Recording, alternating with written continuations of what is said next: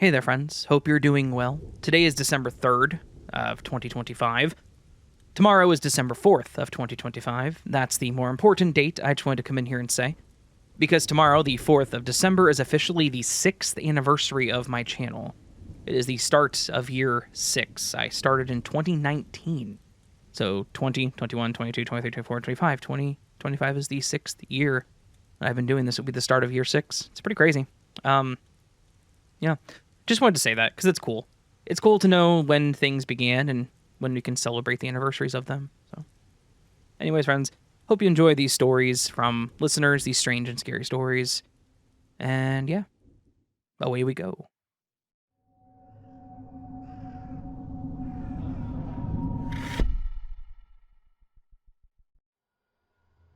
Back in October of 2005, when I was 15, my family and I were living in an apartment above an Esso gas station in Bostrick, Norway. One night, I had a very lucid dream of a little blonde boy, probably aged 8 or 9, crying in our living room. He was wearing a striped t-shirt with a silver star printed in the middle of his chest. When he saw me, he spoke in Swedish. I'm Norwegian, so I understood what he was saying, especially bus accident. He kept pointing down to the Esso station. I woke up, it was October 31st, convinced a bus was going to crash into the station. I told my mom and dad everything about the dream, and my dad told me to get a grip, that nightmares happen. That didn't stop my high anxiety. Every bus that stopped to deliver packages, I was sure would crash, but nothing happened. That evening, my siblings and I went down to the station to buy snacks for a horror movie marathon, and I saw a newspaper headline, "Bus Accident in Tenerife." It had a picture of a bus in front of a Shell gas station. And naturally, I bought it because it was a Swedish tourist bus that went off the road in Tenerife, not too far from the airport there, with 28 people on board. A Norwegian tourist leader died. Front and center in the article was a picture of two blonde boys crying in the aftermath of the accident. One of them was young, aged 8 or 9, in a striped t-shirt with a star print on the middle. He survived.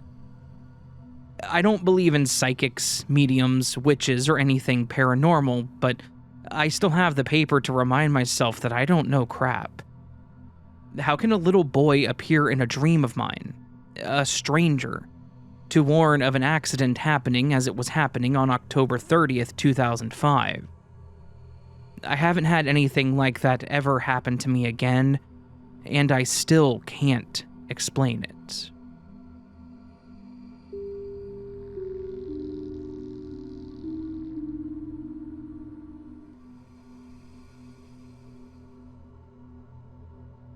Hi, Raven.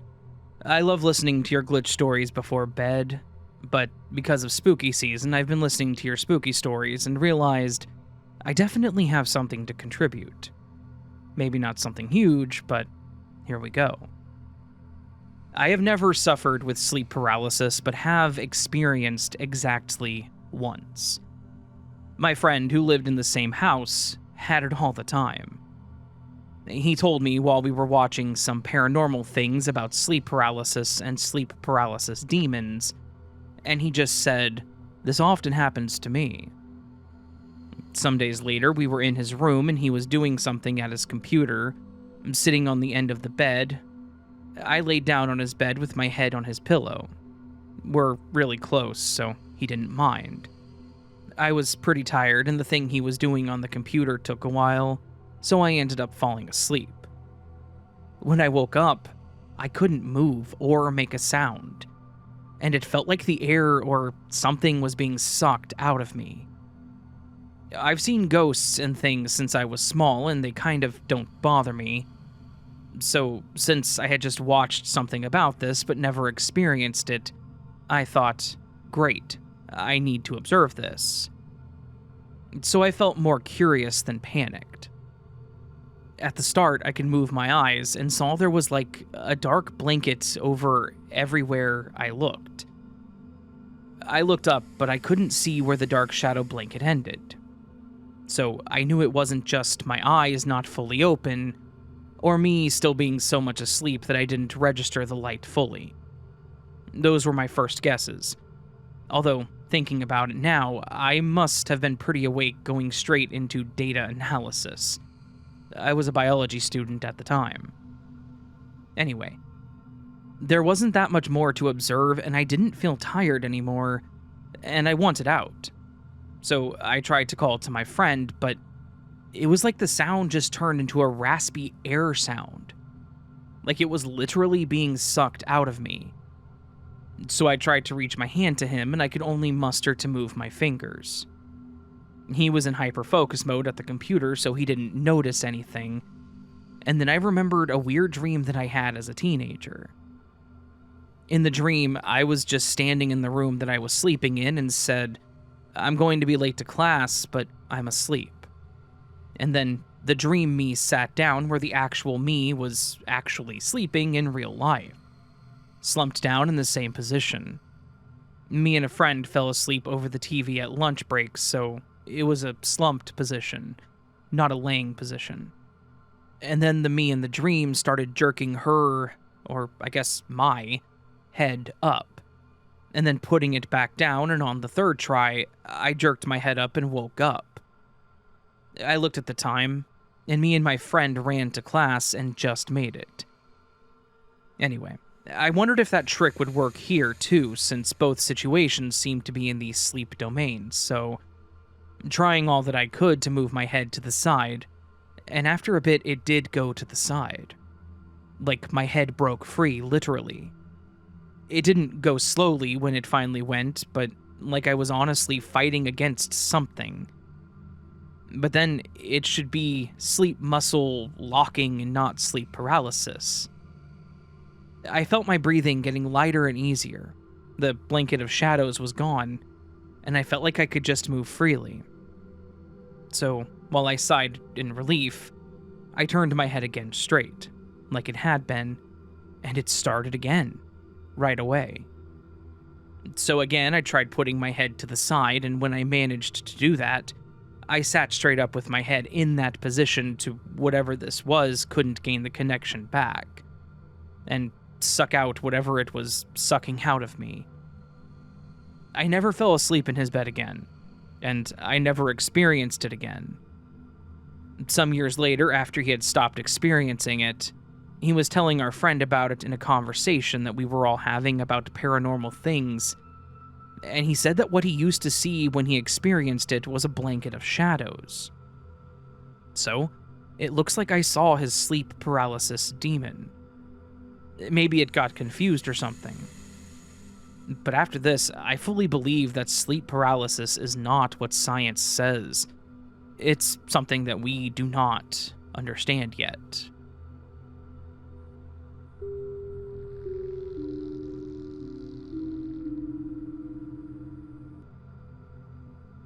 I spent a decade working as a nightlife DJ in Los Angeles. From 2010 up until early 2020, right before the world hit pause. For 10 years, I lived in that electrical pulse between midnight and dawn. The city never really slept.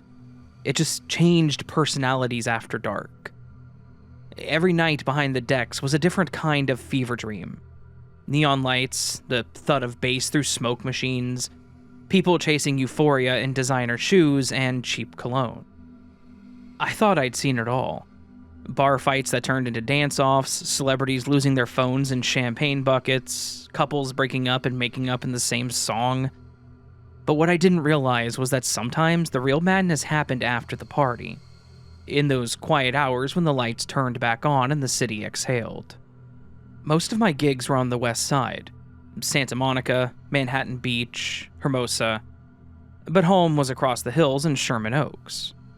It was a solid drive at 3 or 4 in the morning when the freeway was wide open and empty, like it was just me and the hum of sodium streetlights.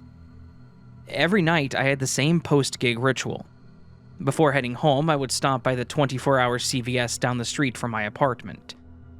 It was one of those fluorescent-lit islands of civilization in the middle of a sleeping city. I'd grab a snack, a bottle of water, maybe a microwave meal or some detergent for the next day. Sometimes it was just an excuse to wind down and shift gears from 120 BPM back to human speed. The CVS lot connected to my street, so I used it as a shortcut. A little detour that saved me a red light. That night, I was doing what I always did. I pulled in, grabbed a couple things, the frozen dinner, detergent, a coffee for the morning, paid the bored cashier, and got back into my car. As I turned toward the exit, my headlights swept across the far wall of the building, and that is when I saw her. At first, I thought it was just another unhoused person with a cart, maybe digging through the trash, but then the motion caught my eye. It was sharp, rhythmic, and deliberate. She was a woman, maybe late 20s, early 30s, wearing a full cheerleader uniform. The kind that you would see at a high school pep rally.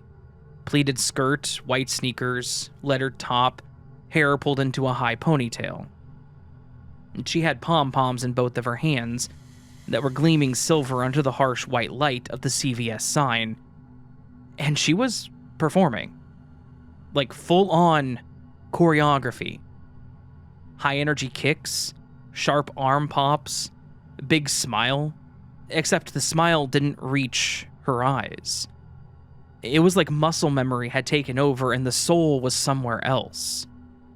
There was a shopping cart beside her, piled high with blankets and plastic bags, and she moved around it as if it were part of her routine, like a prop in some bizarre late-night halftime show.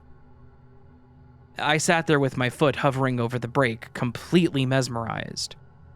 I had seen eccentric people all over LA, but this was different. It felt almost ritualistic. Part of me wanted to look away, but another part couldn't. It was 3:30 a.m., dead quiet except for the buzz of the lights and the distant sound of the street sweeper. The way she moved, which was perfectly in time to a beat that only she could hear, gave me chills. I thought, I have to show my girlfriend this. Not in a cruel way. This was our neighborhood. The same CVS we would walk to together late at night for snacks. I reached over to grab my phone from the passenger seat, intending to take a short video. Before I could even open the camera app, she stopped dancing. Her head snapped toward me. And then she charged. She sprinted straight at my car, full speed with pom-poms flying. She slammed her hands down on the hood, and then started pounding and screaming words that I couldn't make out through the glass. My heart jumped into my throat. I threw the car in reverse, backing up slowly, terrified to hit her. She ran to the passenger door and started yanking on the door handle. Thank God the doors were locked. Her face was lit up in my headlights. Sweat-streaked mascara, that same cheerleader grin twisted into something manic. She yelled something like, "No, you don't get to leave yet." But it came out garbled, swallowed by rage and exhaustion. I shifted into drive and swerved left, careful not to hit her as I sped off. As I turned the corner onto my street, I glanced in the rearview mirror and saw her running after me, still in formation with pom-poms in hand, feet pounding the asphalt like she was leading an invisible parade. My adrenaline was surging. My heart was racing faster than it did behind the deck. I circled the block twice, scanning for her, making sure that I wasn't being followed. Finally, I found a parking lot a few streets away and cut the engine. For a moment, I sat there in silence, listening to the tick of the cooling engine trying to calm down. By the time I crept up to my apartment, the street was empty again. It was as if she had evaporated back into the dark. The next morning, I told my girlfriend everything that happened. We laughed at first, in that nervous way people do when they're trying to downplay fear, but as I described her, with her outfit, the precision of her movements, and the way that she charged the car, our laughter started to fade. For weeks afterward, every time I pulled into that parking lot, I would scan the shadows, Sometimes I thought I saw her, or maybe I just wanted to.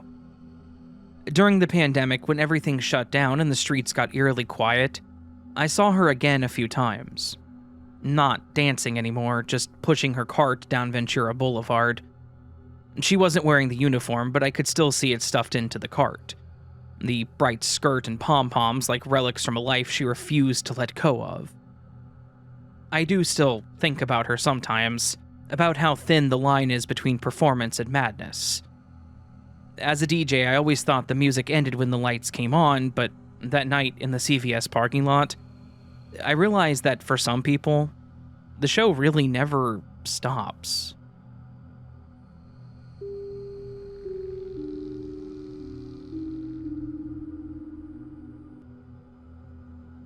This happened back in 2020 during COVID. My wife had a recurring dream every night around the same time for a little over a week. Every time it would startle her awake, and that would wake me up. She would tell me about it, and we would talk about it more throughout the night. She would dream about a young girl with long blonde hair, probably 13 to 14 years old, standing in a stream under a bridge crying and asking for help. After the first few nights of the same dream, I suggested trying to keep the dream going and not waking up, but it didn't work. So we started trying to figure out who the girl was. About 4 days later, I'm awakened to her being completely hysterical. She was freaking the hell out. I get up and try to calm her down and ask what was going on. And she kept saying, "It's her." She kept repeating it.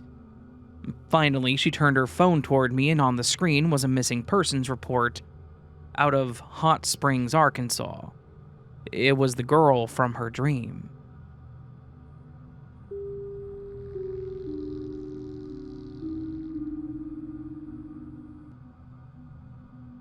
Dear Raven, thank you for all the extra work you put in this month to give us all kinds of spooky goodness in recognition and celebration of All Hallows Eve and Dia de los Muertos. Thank you for reading my previous submissions and this one as well.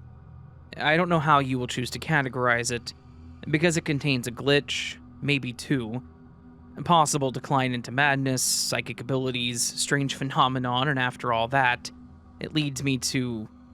yeah, all that. Take a deep breath, buddy, and grab some water. The story has a long white tail. Pun intended, you'll catch it later. And again, thank you for reading. I'm from Booger County. Remember? A real place once. One that can no longer be found. But where anything and everything is possible, does exist, and has or will happen more than once. A place where time speeds forward and reverse, and anything you order from outside the county is 2 days or 2 weeks away. And I believe in everything. I believe that everything that's ever been written about, named, described, or defined becomes real, if it wasn't already. To name is to know. It's all real if we can catch it on camera or not. Also, y'all should know, I speak and treat everything as if it is alive. Consciously aware, animals, trees, rocks, furniture, dishes, everything. And FYI, I had moved back to my hometown in the year of 1999. Side note, I'll not change names to protect anyone I know. We're all guilty, not an innocent soul in the lot of us. This is also my personal story of how CERN broke Earth goes down. The Mayans' calendar ended on December 21st, 2012. So early in January 2012, I decided to live my best life, and to paraphrase Jim Morrison, with some censorship here, just in case the whole crap house was about to go up in flames, I was gonna get my kicks. I guess you could say I had a bit of a midlife crisis, feeling the pressure of immortality. The unexpected thing that happened was I rediscovered my love of horseback riding. I was looking to buy my own horse in late April/early May. A good friend I worked with at the time had a 6-year-old gelding fox trotter that was for sale that he thought would match me quite well. I've always referred to him by his last name only, Conrad. So, Conrad had told me the horse was black and white paint, his brother had him saddle broke for 30 days, and he himself had ridden the horse on one trail ride. This horse is green, and I gotta write him down for the first year. He said he had bought the gelding for his wife, but they didn't get along. When I asked why not, he said they just didn't match. Since I had always wanted a black and white paint, I was already excited, and I honestly trusted Conrad's judgment that we would be a good match. I'll explain it with my grandpa's words. If you ain't a match with your mount, you spend more time fighting and fussing with an ornery critter than you do riding. I made arrangements to test ride that weekend. We worked third shift at the local factory back then, so we agreed that we would both sleep Friday morning after work and I would arrive at the Conrad Ranch that afternoon at 2 p.m. That morning, while I slept, I dreamed of buying the horse.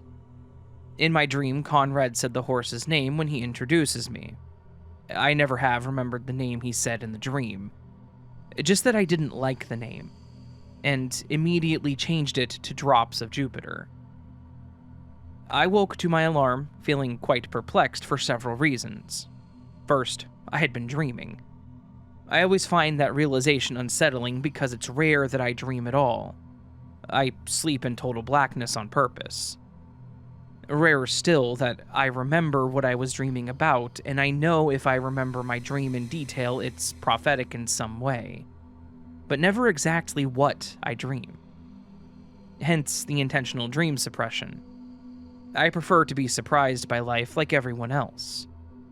The other thing I was puzzled about was realizing I had not asked the horse's name when we first spoke about it. Why not? When I got there, Conrad had the horse saddled and ready to test ride. He was going over some of the basics of how the horse had been trained, instructing me on the verbal cues and physical touches the horse would respond to and what not to do. My friend James, who had gotten this whole horse thing started, had also come with me, and I had noticed glancing over my shoulder that he was chatting with Mr. Conrad, my friend's father, about one of his horses. A tall, sleek, all-black gelding.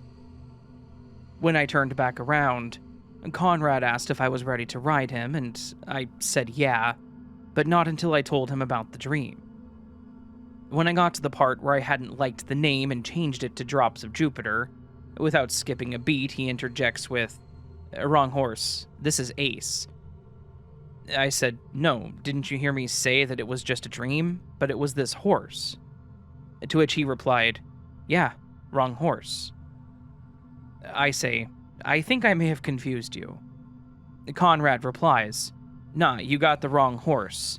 The one your buddy is looking at with Dad is the horse whose name was changed to Drops of Jupiter.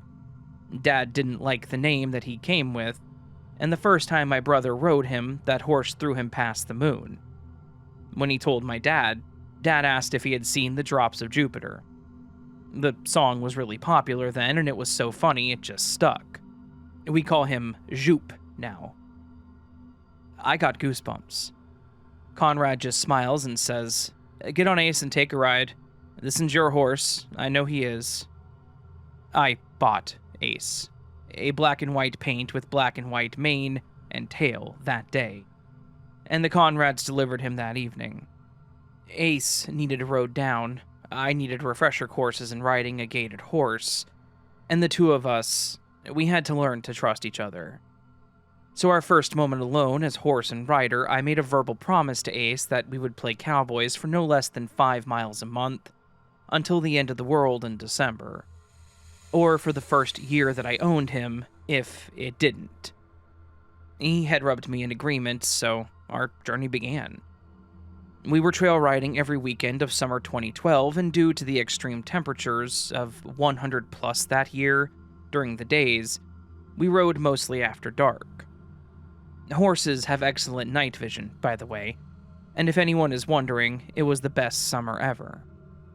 I spent every weekend sipping Crown and 7, smoking, and foxtrotting along miles and miles of Booger County back roads under star-kissed skies. So, I got my kicks. By September, I noticed the black and white paint horse I bought was completely white mane and tail too. I mentioned it to Conrad and he shrugs and then states, Ace was born 3 colors, chestnut, black, and white. He'll be a horse of many colors. That's how I know y'all'd be a good match, and you are too. That, and neither of you got any quit in you. I was a bit taken aback and quite proud of the compliments I had just received. I didn't know the Wizard of Oz horse was a real thing, but then this realization hit me. I threw my arms around Conrad in a brief but tight hug, exclaiming, I love you, man, and I love Ace. He really is something special. Then I half skipped back to my workstation wearing a grin that I couldn't peel off the rest of the night. But it was also around this time that I started noticing strange stuff that I thought I was the only one aware of. It had all begun happening to the normals, too. What a year, huh? 2012, the Mayans, CERN, the Mandela effects, and Matrix glitches. The crap house went up in flames. Let me explain. I honestly believe that the world I knew before ended that day, but I wouldn't realize it for a few more years. Me, my dog, and my horse rode into the fire that day. Problem is, we kept on a foxtrotting until we had come out the other side of what was supposed to be eternity. Or hell or heaven. The other world. Some place else, for Christ's sake. We just kept riding it out. Everything happened exactly the way I told James that it would. On November 1st, while in discussion with him, I made our plans for December 21st. I had stated that I had an eerie feeling that this was no longer a joke. It felt more real to me each passing week. That my spidey senses were haywire. My antenna picked up static way too often, radio silence in the spirit realms. So I believed the world ending more and more. Also, I wanted to prepare. I'm not a prepper. Some of you all prepared some crazy stuff for your ending, but why not? So my plan was, no matter the weather, me and my familiars, would ride into eternity together in a smooth foxtrot. Feathers in our braids, war paint on our faces, screaming yee-haw. Me, Ace, and Heifer, my black and white spotted pit bull, who was quite closely bonded with Ace and worked as a guide dog on every ride we had taken in her lifetime, we were all going to go out with our boots on. In style, like true heathens do. I wouldn't have it any other way. I'd have him brushed down and saddled not long after daylight, war paint us and the dogs, and Ace and I would have a good little nip with our coffee, and feed the dog good steak, and then wait for a sign. He would stay under saddle till it was time to ride. December 21st, 2012, I woke not feeling rested. I had been dreaming. I hate that. Worse, I can't recall any visual images from the dreams, just snippets and sounds. Horse hooves, crackling fire, my plans, that checks. But then there is this lingering feeling that I am or was quite confused before I woke. So I proceeded with my plans, knowing everyone that's caught wind of what I'm doing today believes I've gone completely mad, and I was beginning to hope so. The day was uneventful for most, I suppose. For me, though, it was anything but. My folks and my peeps were worried about me, thought me suicidal or insane. I got calls, texts, and visits. I kept telling them all that if nothing happens before the 22nd, I'll take the saddle off Ace, wash off our war paint, and celebrate that life on Earth continues with the favorite treats I had waiting for the 3 of us. And that would be the end of my crazy quest to get my kicks. I had planned all along for the possibility of the 22nd. I planned to settle myself into a more subdued, age-appropriate lifestyle. Go back to the boring 9 to 5 and yard work with an occasional outing. My life would have less hell-raising adventures on horseback and in 4-wheel drives. I wouldn't have good reason nor occasion to be sipping Crown and Sevens, and that would stop too. Ace was well-trained and one hell of a brave and trustworthy mount now. I could rest him of a winter from here on out. Besides, I felt like if I did temporarily lose it, or have a midlife crisis, or whatever, I made the most of it. Go big or go home. I had been in my Polar King bibs all morning, frequently going out to check on Ace, though I could see him through my windows. I was feeling a bit pissed off about everyone's concerns, too. I had already planned my escape from madness, if that was the case. I mean, for real though, who does that? At the same time, I had the inexplicable knowing that I had to stay the course of the plan.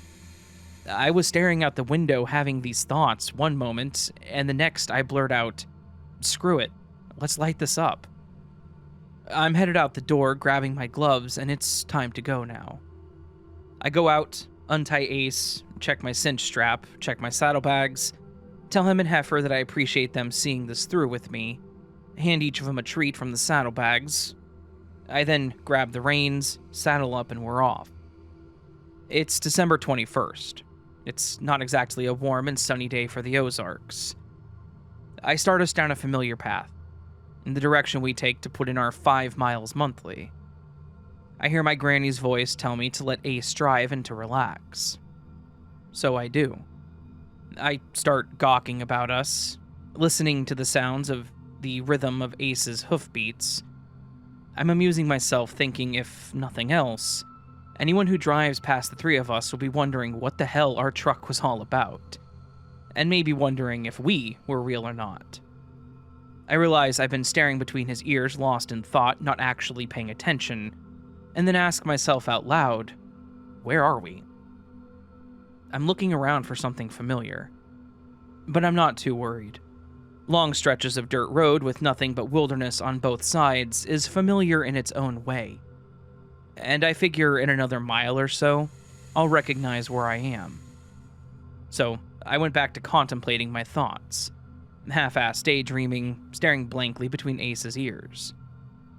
On any other horse, I would be paying attention to the road ahead, the ditch line, the dog out front, etc. Heifer's job is to stir up any rabbit or squirrel that might spook the horse, before the horse gets there. She also stood between us and any loose dogs, again to prevent him from spooking, but it is ultimately the rider's responsibility to keep the horse calm and to notice possible spooks and prepare. Ace is different, though. I've only ever had him spook twice in all those years.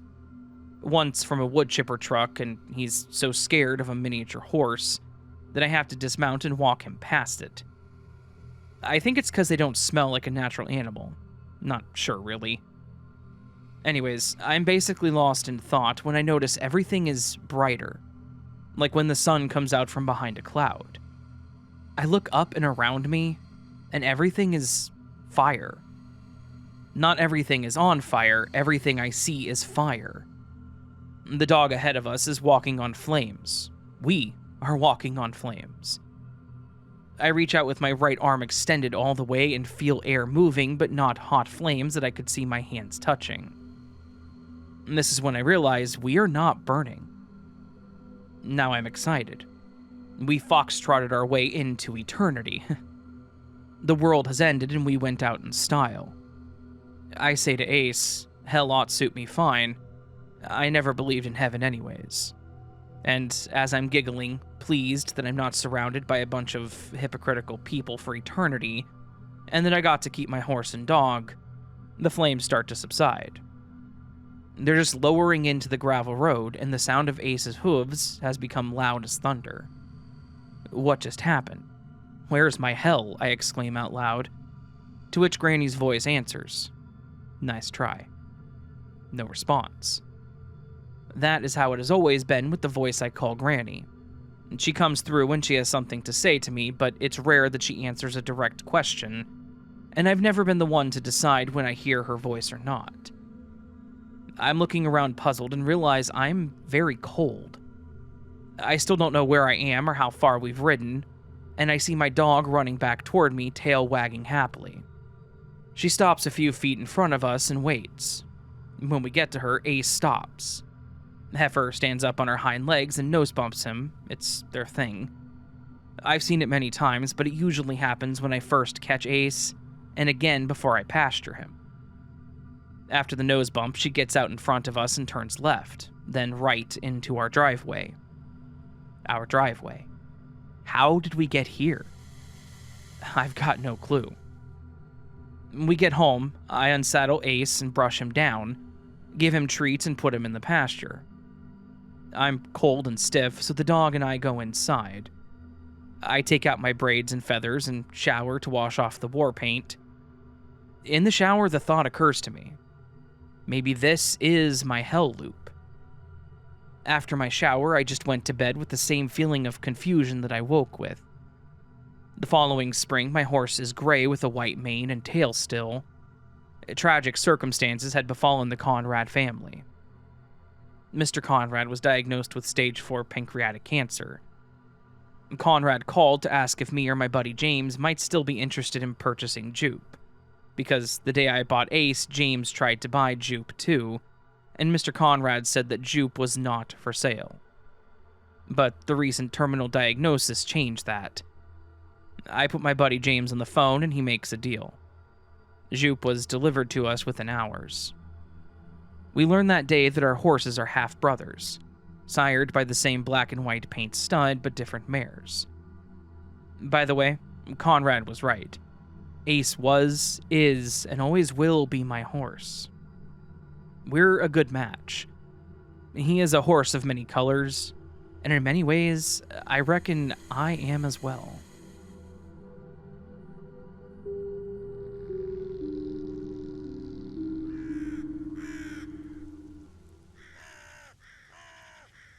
So that, my friends, was a collection of strange and scary stories sent in by listeners. A lot of sleep-related stories this time around, 3 of the 5, which is bizarre, but I don't know, I guess not unexpected.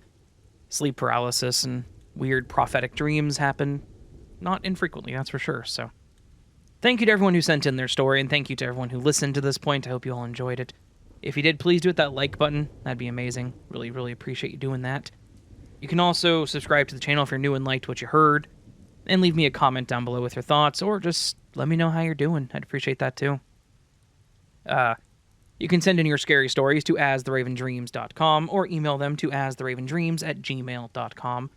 You can join Patreon or memberships to support the channel further, and get early access to content like this. You can also do a super thanks, which is a tip to the channel, which does also further support the channel. And go to the website, as I mentioned earlier, astheravendreams.com, to find my podcast and all the other platforms it's on, as well as stories I've written, and all of my social media pages, cool stuff like that. So, I don't really have much else to say. I'm kind of cold right now. The low tonight's -11, so it's going to get really cold here, and that's Fahrenheit for those in the non-Fahrenheit regions. You can convert that to Celsius. I'm not going to do it right now. I guess I could. Hey, Google. What is -11 Fahrenheit converted to Celsius? -11 degrees Fahrenheit is -23.889 degrees Celsius. There you go. -23.889 Celsius. Very cold, in other words. So I will be bundled up all night, probably sleeping in tomorrow morning under the blankets. Yeah. I hope you're all staying warm. I hope you know that you are loved, that you are valid, that you are important, and you're the best that you can be. Do not forget it. And please don't let anyone tell you otherwise. And of course, until next time, my friends, much love and sleep well.